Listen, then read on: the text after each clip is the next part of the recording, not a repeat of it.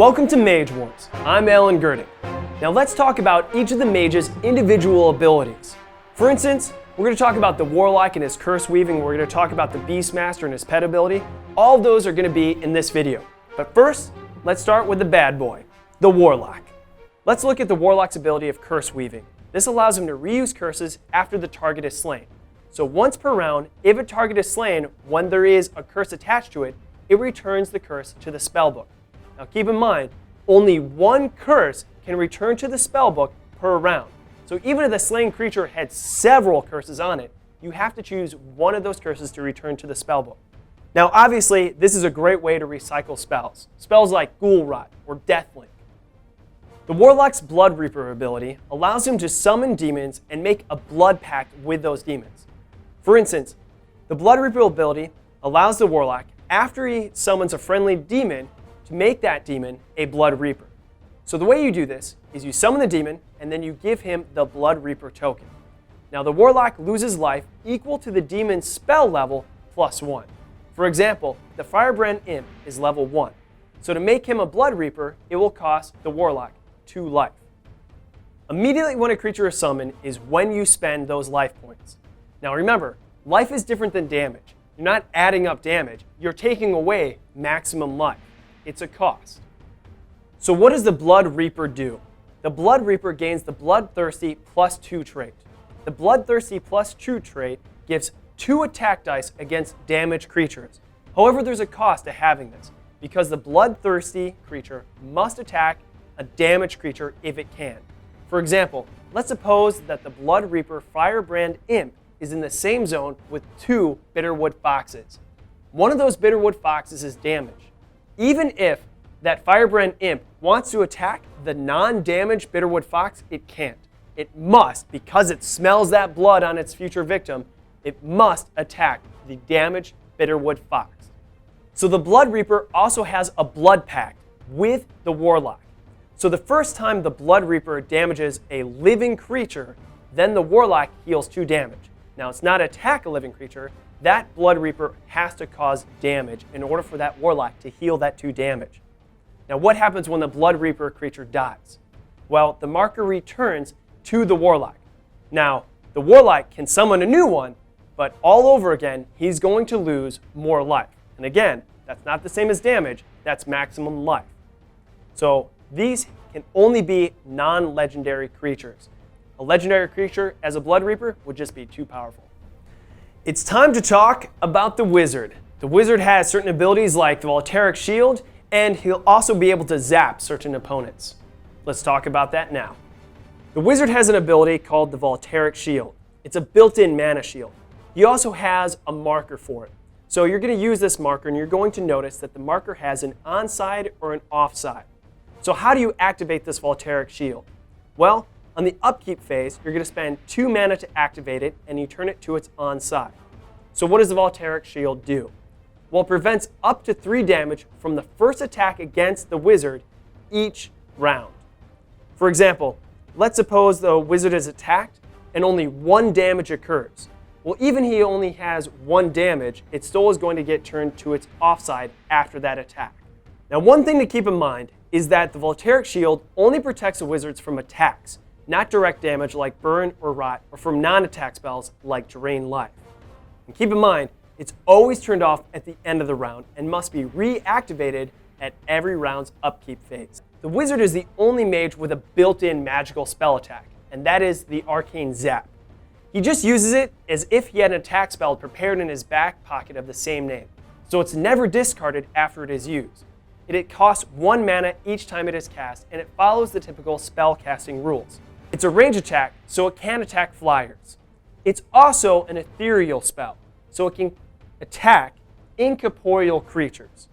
It is a spell though, so you have to keep in mind that it follows the rule of spells, and it can be countered by spells like Jinx.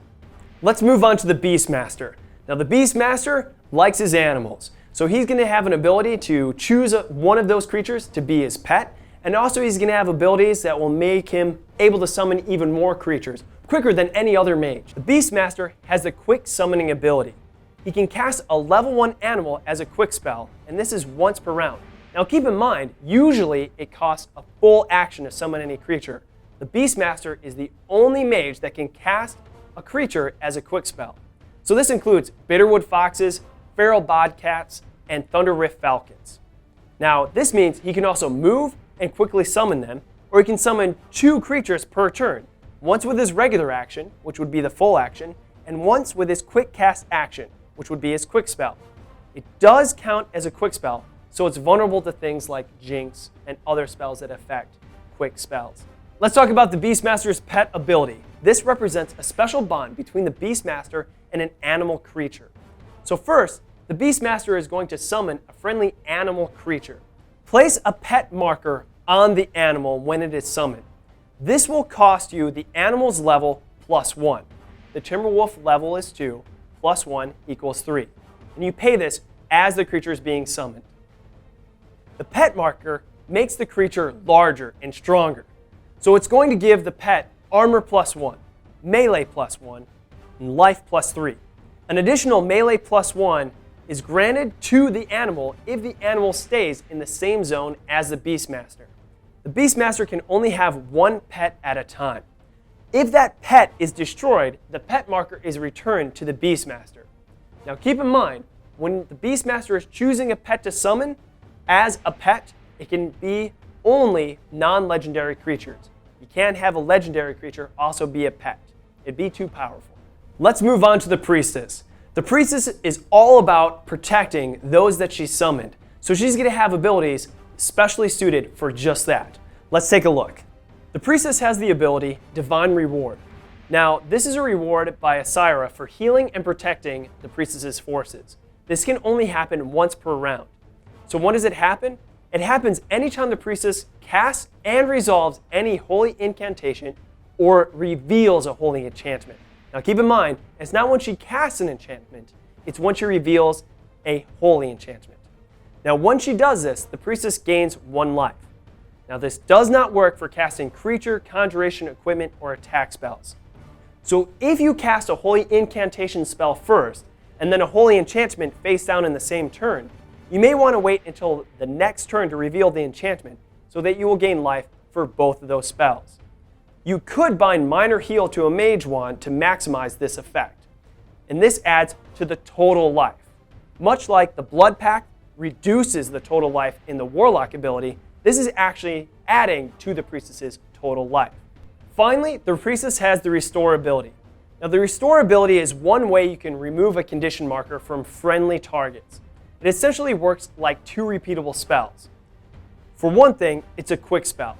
It has 1 zone range and it removes 1 condition marker by paying its removal cost. Remember, on each of the condition markers, you can see the removal cost. It's a small number. For instance, on Burn, the removal cost is 2. It can also act as a full spell. When it works as a full spell, it has a zone range of 1, and it removes any number of conditions by paying all the removal costs, but that's only on 1 single target. The Restore ability is just like the 2 spells. There is a Restore quick spell and there's a Restore full spell. So imagine that there's an actual card for it, and imagine it follows all of the casting rules for it. So let's look at an example just to make sure we have this. Let's suppose that the Priestess has summoned a Royal Archer, and that Archer has gained a stun condition and 2 rot markers. If the Priestess wanted to use the Restore spell as a quick spell, she could remove the stun, for example, for 4 mana. However, she could also use the Restore spell as a full spell. And that way, she could remove the stun and only 1 rot marker for 6 mana.